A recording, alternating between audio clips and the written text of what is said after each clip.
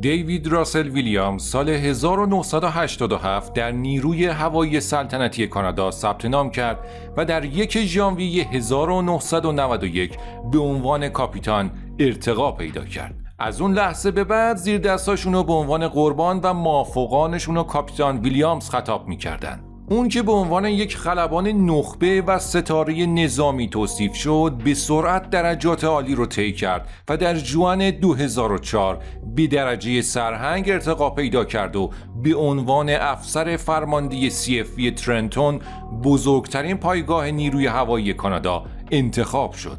اون اساساً فرماندهی کامل بیشتر از 7000 پرسنل نظامی رو بر عهده داشت که همه اونا بدون استثناء اونو سرهنگ یا سرهنگ ویلیامز صدا می‌زدن. همین موضوع به اون آرامش روانی اجتماعی و اعتماد به نفس زیادی میداد و فقط منحصر به زندگی کاری اون نبود. عنوان سرهنگ روی تمام اشکال شناسایی اون چاپ میشد و در هر برخورد رسمی محترم شمرده میشد.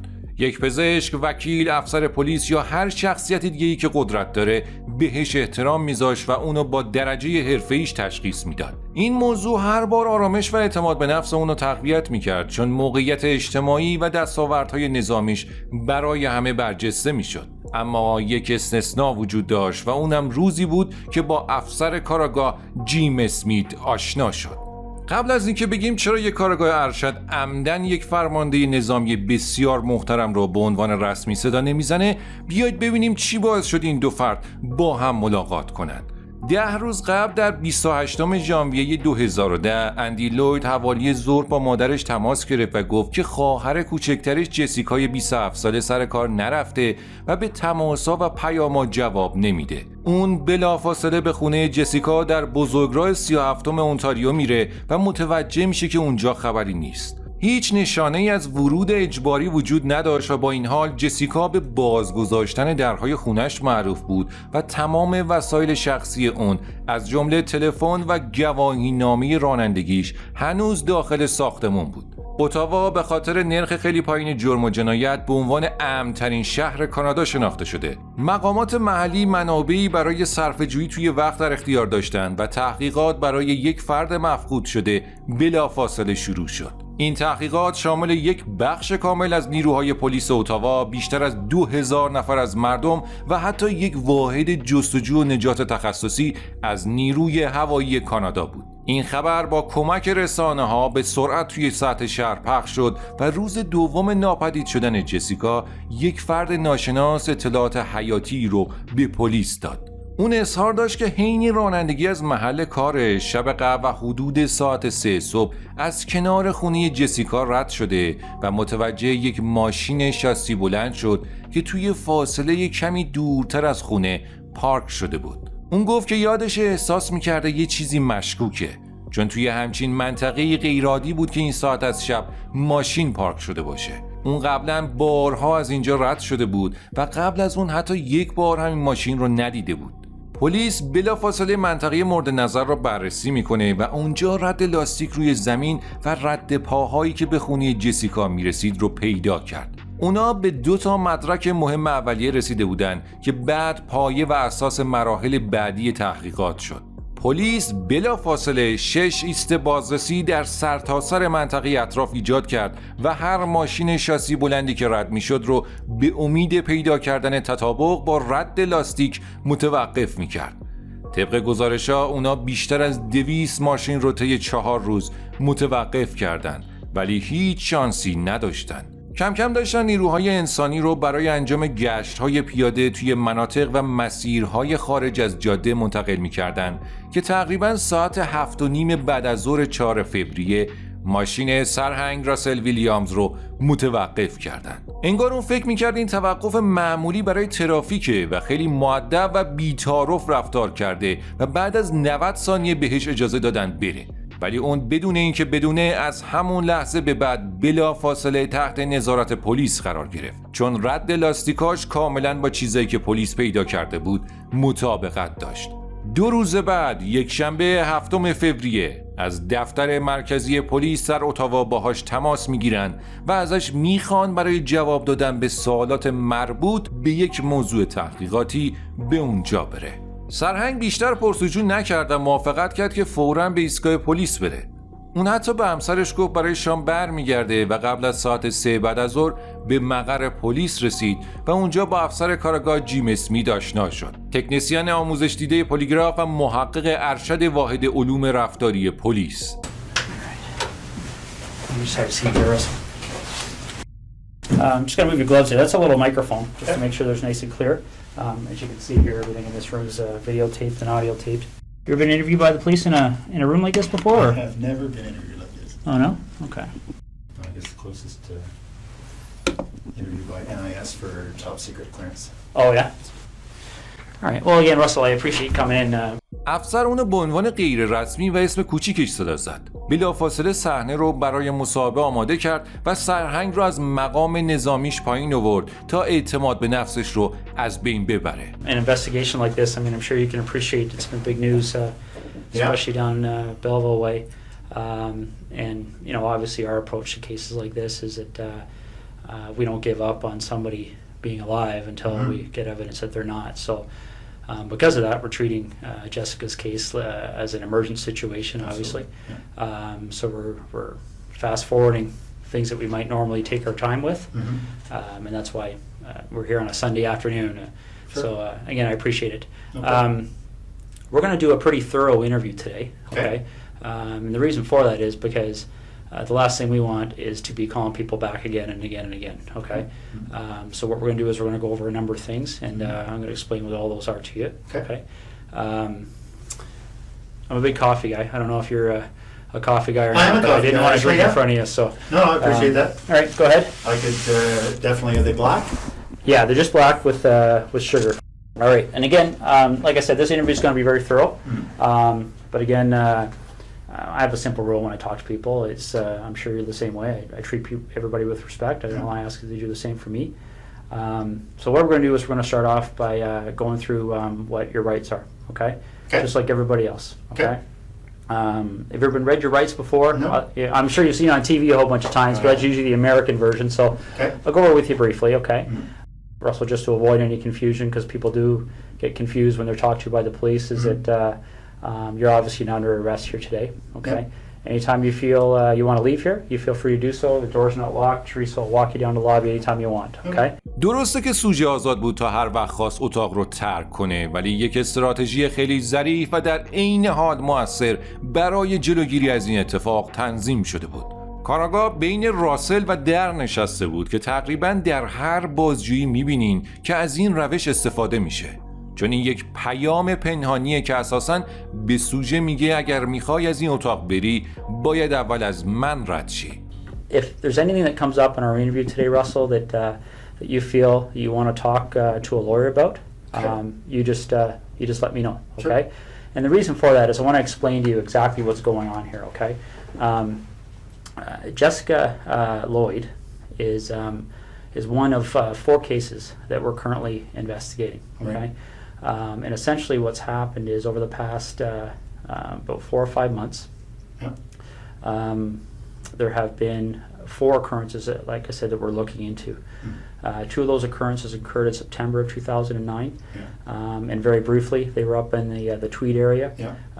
They involved somebody entering 2 different women's houses in the evening hours and committing sexual acts, okay? در طول سال 2009 34 مورد حمله و اقدام به سرقت توی شهر آرام اولان اتفاق افتاده. در اتاوا سرقت صدها لباس شخصی زنانه، 1 مورد تجاوز جنسی و 1 مورد حبس اجباری اتفاق افتاد. همه اینا نزدیک خونه راسل ویلیامز بوده که الان مظنون اصلی هر کدوم از این تخلف‌ها در زمان بازجوییه. In November of 2009, a young lady by the name of Marie-France Como was found murdered in her home in Brighton. And we believe that there was a sexual component to that crime as well. سرجوخه ماری فرانس کومو یک تکنسین ترافیک نظامی 37 ساله مستقر در CFB ترنتون بود. اون اواخر نوامبر 2009 توی خونش مورد تجاوز قرار گرفت و بر اثر خفگی کشته شد که در این لحظه سرهنگ مظنون اصلی این جنایت بود. and then most recently we have Jessica Lloyd's disappearance. Mhm. Okay, so essentially, when you're looking at those kind of crimes, we're looking at a number of different potential criminal charges. All right, Absolutely. we're looking at issues all the way from the most serious one, which is first-degree murder, kidnapping, sexual assault, Mhm. break and enter with intent to commit sexual assault, Yeah. forcible confinement. Okay, and so what I want to make sure you understand, and this is what we've been doing with everybody we've been talking to, is that clearly when we find out who's responsible for one or all of those crimes, Yeah. they could be charged with one or all of those offenses. Okay, whether it's you or whether it's anybody else. All right. Absolutely. And that's why it's important that we make sure that people understand what they have to do and what they don't have to do when they're talking to us. Mhm. Okay? So as I said before, any point today you feel the need, you want to speak to a lawyer, you let me know, and Okay. we can take you to a room where you can do that in private. Okay? Is there any reason you want to call a lawyer now? Nope. Okay. These first two attacks happened not that far from my place in Tweed. Well, the second one did. Yeah. We didn't even know the first one had happened, but I understand that was reasonably close as well. But the second one was very close. Yeah. تجزیه و تحلیل لحن صوتی موقع رسیدگی به بازجویی ها یک کار سخته، چون نمیشه ازش به عنوان مدرک توی دادگاه استفاده کرد، ولی به هر حال به خیلی‌ها این حس رو میده که توی این لحظه سرهنگ آروم نیست. نحوه صحبت کردن اون یکم عصبی و نامطمئنه. به نظر میرسه به یه طریقی هم اطلاعات رو داره پردازش میکنه و هم جواباش رو با خودش در میون میذاره و همین موضوع اونو آشفته نشون میده. شناخت افراد در قالب کلمات خیلی سخته و محققین اونو صرفاً به عنوان غریزه درونی توصیف میکنن که بدون شک کارآگاه جیم اسمیت هم این لحظه همین احساس رو داره. Okay. Yeah, and I'm aware of that from looking at the different cases. And essentially, Russell, in a nutshell, that's what we wanted to talk to you about. Okay, those four cases are of concern to us, and you know, you've kind of almost hit the nail on the head about some of our issues that kind of make us want to talk to Russell Williams. Okay, because essentially there was a connection between you and all four of those cases. Would you agree? Geographically, And then I guess or I drive past. Yes, I would have to say there is a connection. Yeah. از سرهنگ خواسته شد که حرکات و فعالیت‌های خودش رو در این 4 روز گذشته بیان کنه که در روانشناسی قانونی به جمع‌آوری بهانه معروفه. کارآگاه میخواد قبل از اینکه مظنون رو با موضوع روبرو کنه ازش یک عذر اولیه بگیره. اون میخواد راسل رو قبل از افزایش فشار توی آرومترین حالت ممکن قرار بده و یک مظنون آروم معمولاً بهانه‌های دقیق تری میاره. پس اطلاعات بیشتری هم برای بررسی دقیق و ارتباط با تغییراتی که توی مرحله بعدی ایجاد میشه به دست میاد. Friday on the day I was at home most of the time. Most of the day I had a sort of a stomach flu. Okay. In Ottawa or Tweed? Tweed. In Tweed? توی دهکده‌ای در اونتاریوه که سرهنگ اونجا خونه‌ای برای تعطیلات داشت و تقریباً 125 مایلی خونش در اتاوا بود. Okay. So we backtrack then. So all day Friday, you're at home. Yeah. And then what time do you leave to go to the base to sleep there on the Friday night? Not sure. Probably just went in for just before bed. So I probably left Tweed at between 8 and 9 or so. Okay. And you get to the base and spend the evening there and get up for the 5:30? Yeah. Okay. That's right. So we backtrack from there. When did you arrive at your home at the cottage? I don't want to get confused between your home in Ottawa and the home in Tweed. So, no, I had been in Tweed all week. Yeah. The week prior now. Yeah, I think that's the case. Was in Tweed all week. Flew Saturday. Headed to Ottawa Saturday night. Okay. So if you didn't have the stomach flu on the Friday, what was your schedule that day? 8, really. Okay. What would have been my schedule? Just a standard schedule in the office. Okay. So, ops brief in the morning, a couple of meetings. I can't remember what the specifics were going to be. Okay. So Thursday night you slept at Tweed, or you? Yep. All right. And what did you do Thursday during the day? Thursday during the day I was at the base again. I think it was a fairly standard day. I can't recall exactly, but yeah, nothing. I was not flying, so I was at the base. So I would have gone in early in the morning, back in the evening again. Okay. حالا تکنیک جمع‌آوری بهانه روی قتل ماری فرانسکومو متمرکز شده. Okay. Now, I'm not going to walk you through November, but I'm going to take you to a date that's probably pretty fresh in your mind. The day that Marie Franz coma. Yeah. Do you remember how you found out? I do. Yeah, I was sent an email. Well, as soon as the ops staff and the base learned, they told me. Okay. So I got an email. I can't remember if it was late at night, early in the morning. It was certainly. I saw it. I want to say first thing in the morning because I had just come back from Ottawa. I was in Ottawa for a set of meetings on one of the days. I can't remember what day of the week we're talking about, but yeah. No, I mean, obviously when your people gets killed, it gets your attention. So Absolutely. yeah, I very much remember that coming in. And how did you know Marie Franz coma? I'd only met her once. She was on a crew I was on just after I got to the base. Okay. Do you know roughly when that happened? Though we were on the same crew? The time you met her, the one time there, yeah. It was soon after I got to the base, so I don't remember exactly, but I would say in the first couple of months, so August, September. Okay. Yeah.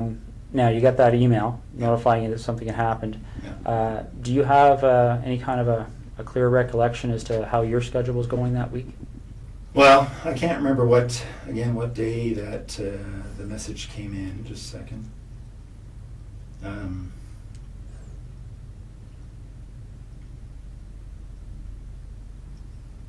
No, I can't remember what day of the week, but I'm just thinking there was a whole bunch of activity spun up as a result, obviously. No, I can't remember the day of the week. این سومین بار بود که سرهنگ اظهار کرد جواب سوال رو به خاطر نمیاره. یک ارتباط عادی بین دو طرف معمولاً باعث میشه که شخصی که این سوال رو مطرح میکنه مطمئن بشه به اون فرد توجه شده. اینجاست که کاراگاه باید بگه نگران نباشین اگه یادتون نیست، ما ادامه میدیم. یا اینکه این موضوع مال خیلی وقت پیش بود، واضحه که به یاد آوردنش سخته. اینا به عنوان یک نوع آرامش دادن برای شکست اون سکوت ناراحت کننده گفته میشه. حتی در طول اظهارات شاهد هم وقتی فرد درگیر یادآوری یک لحظه یا دوره زمانی ناراحت کننده از گذشته است، نوعی کمک یا تشویق عاطفی بهش داده میشه. ولی توی این موقعیت هیچ اطمینانی از طرف کاراگاه وجود نداره. فقط ثابت نگاش میکنه و حتی یک تغییر وضعیت بدنی هم توی لحظه های سکوت وجود نداره. I'm just trying to think through the news reports I read. No, I'm sorry, I can't remember what day that was, but what we learned after the fact was that the MPs had learnt of her death, I think quite a bit after her body had been discovered. Okay. So I think what happened. I'm sorry, just a second. So if we were to do a similar investigation in your background, is there anything you can think of that anybody may have misinterpreted, or anything in your history that somebody might say Russell Williams Absolutely did this? No. Okay. Be very boring. What's that? It'll be very boring. All right, because essentially that's what I'm looking at. Is it? You seem like a very intelligent person, and I think you can see how a surprise like that would certainly set off some alarm bells in our investigation. Right? Okay. So the next thing we need to cover off is, well, I'll just ask you this straight out. Given the types of crimes we're investigating, do you get much chance to watch television shows, CSI, things like that? I do watch. I prefer Law and Order, but I do watch CSI occasionally. Yes. Okay, so you have an idea of obviously the forensic capabilities, things like that are out there. What would you be willing to give me today to help me move past you in this investigation? What do you need? Well, would you be willing to supply things like fingerprints, blood samples, Sure. things like that? Yeah. Okay. تنها دو مدرکی که پلیس توی این مقطع زمانی به دست آورده بود رد لاستیک و رد پا بود. چیزی که خیلی ازش غافلن اینه که دی ان ای موجود در بدن ماری قابل قبول نبود. از اونجایی که بدنش زمان کشف به شدت تجزیه شده بود، بنابراین پس هر تجزیه و تحلیل ژنتیکی عملاً غیر ممکن بود. فقط یکی از قربانیان تجاوز جنسی دی ان ای مردی رو پشت گردنش داشت. با این حال این مورد تا حد زیادی فقط در محدوده حبس اجباری قرار میگیره و هیچ چیزی مرتبط با تخلفات جدی‌تر قتل و تجاوز جنسی وجود نداشت. رد لاستیک خیلی راحت توسط یک تیم دفاعی رد میشه، چون اونا یک مارک نسبتا رایج برای ماشینای خارج از جاده هستند. تنها مدرک قابل توجه رد پا بود. این مدرک منحصر به فرد مربوط به گم شدن جسیکا لوید بود و توجه کنید که سرهنگ چجوری به کفشاش نگاه میکنه و به سوال بعدی جواب میده. Footwear impressions. Yeah. Okay. All right. I think that's what we're gonna ask you to do. Okay. All right.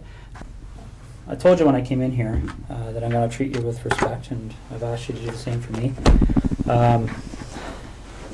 We talked about the whole idea of how we've approached you here. Okay. The trying to be as discreet as possible. Okay. But the problem is, Russell, is every time I walk out of this room, there's another issue that comes up. Okay. And it's not issues that point away from you. It's issues that point at you. Okay. And I want you to see what I mean. All right. This is the footwear impression of the person who approached the rear of Jessica Lloyd's house on the evening of the 28th and 29th of January. Yeah. Okay? You're pretty much in the area of fingerprints. Okay? تمام حرفای قبلی فقط با هدف افزایش فشار روانی ساخته شده بودند. ردپاها اصلا به اندازه اثر انگشت قابل تشخیص یا مجرمانه نیستند. This is a photocopy of the boot that you took off your foot just a little while ago. Okay? Now, I'm not an expert in footwear impressions, so I rely on the experts. Footwear impressions are very much like fingerprint comparisons. Okay? You take a look at this print, and again, this is one print. This person walked through, there's several different prints to compare. So we're going to get features off of one print to compare, features off another print to compare. Yeah. These are identical. Your boots walked to the back of Jessica Lloyd's house on the evening of the 28th and 29th of January. We need to have some honesty, okay? Because this is getting out of control really fast, Russell. Okay, really, really fast. This is getting beyond my control. All right, I came in here a few hours ago and I called you the way I called you today because I wanted to give you the benefit of the doubt. But you and I both know you were at Jessica Lloyd's house, and I need to know why. Well, I don't know what to say. It's, Well, you need to explain it, because this is the other problem we're having, Russell, okay? Again, these decisions are made by me. Right now, there's a search warrant being executed at your residence in Ottawa, okay? So your wife now knows what's going on. There's a search warrant being executed at your residence in Tweed, and your vehicle's been seized, okay? You and I both know they're going to find evidence that links you to these situations, okay? You and I both know that the unknown offender, male DNA, on Marie France Comeau's body is going to be matched to you, quite possibly before the evening's over. Okay? This is a major investigation. The Center of Forensic Science is on call 24 hours a day helping us with this. Your opportunity to take some control here and to have some explanation that anybody is going to believe is quickly expiring. Okay? Russell, listen to me for a second, okay? When that evidence comes in, when that DNA match, when that phone rings and somebody knocks on this door, your credibility is gone, okay? Because this is how credibility works, all right? And I know you're an intelligent person and you probably don't need to hear this explanation, but I also know your mind's racing right now, okay? Because I've sat across a lot of people in your position over the years, okay? The bottom line is that as soon as we get that piece of evidence that solidifies it? Hmm? DNA. Okay. As soon as the expert in footwear impressions, the expert in tire impressions, calls and says, yes, I've examined those and they're a match, Hmm? it's all over. Because as soon as that happens, where's your credibility? Where's your believability? Russell, you know there's only one option. What other option is there? What's the option? Well, I don't think you want the cold-blooded psychopath option. I might be wrong, okay? Because don't get me wrong, I've met guys who actually kind of enjoyed the notoriety, got off on it, got off on having that label. Bernardo being one of them. I don't see that in you. If I saw that in you, I wouldn't be back in here talking to you, quite frankly. But maybe I'm wrong. Maybe you got me fooled. I don't know. This is over. And it can have a bad ending where Jessica's parents continue to wonder where her daughter's lying. And I don't know. I mean, obviously, there's a huge search still underway, and it'll continue. It'll continue until her body's found. Once that happens, then I don't know what other cards you would have to play. What are we going to do, Russell? What are we going to do? Call me Russ, please. Okay. What are we going to do, Russ? Is Jessica somewhere we can find her easily? Like, is this something where I can make a call and tell somebody to go to a location and they're going to find her, or is this something where we have to go and... Russ, maybe this would help. Can you tell me what the issue is you're struggling with? It's hard to believe this is happening. Why is it hard to believe? Russ, is there anything you want from me? Is there anything you want me to explain? Is there something missing that you're struggling with that I can shed some light on for you? I'm struggling with how upset my wife is right now. I want to minimize the impact on my wife. So do I. So how do we do that? Well, we start by telling the truth. So where is she? Get a map. Is she close to where she lives? I've got maps of that general area. Which town is she near? Why don't we start there? I'm not sure if you give me a map of that covers Calabar down to the highway. Let me see what I got here. I might have something. Is she inside, outside? Okay. Is she close to a road? Yep. All right. Is it something where is she buried, or is she somewhere where if you walk there you would fairly easily see her? It's here. Okay. Okay. I'll be right back, okay? Do you want any water or anything? Sure. How long has she been there for? A little over a week. Was it fairly quick from the time? Friday night. Friday night? Yep. So where was she between Thursday night and Friday night? In Tweed. With you? Yep. How long was she alive for? Almost 24 hours, not quite. Russ, you're doing the right thing here. Okay. Barry, the obvious question I'm going to have for you is, when they go there, and they'll be there shortly, they're going to find her. Oh, yeah. What do you want to talk about? It's pretty wide open now, eh? Yeah. What do you want to know? Well, do you want to work forwards or backwards? Doesn't matter. Why don't we start with Jessica? How does that start for you? I saw her in her house on her treadmill. Wednesday night, I guess. And I noticed she wasn't there Thursday. So I got into the house to look around. Then, and they left. Noticed she'd come home. So I went back in through the back patio door while she was sleeping. Okay. Marie France Como. There was an open window in the basement of her house when she was away. I went in there a couple of nights before she came home. Looked around. I went back in there late at night when she was at home. She was on the phone in her bedroom. she actually discovered me in the basement. She was trying to get her cat to come upstairs, and the cat was in the basement, had seen me and was fixated on me in the corner. She couldn't get the cat up, so she came downstairs trying to get the cat, and I'm not more sure why she came over to me. I guess the cat was staring at me, and she was wondering what the cat was staring at. The lights were on. So when she spotted me, I had the same flashlight. I subdued her and strangled her later in the morning. Why do you think these things happen?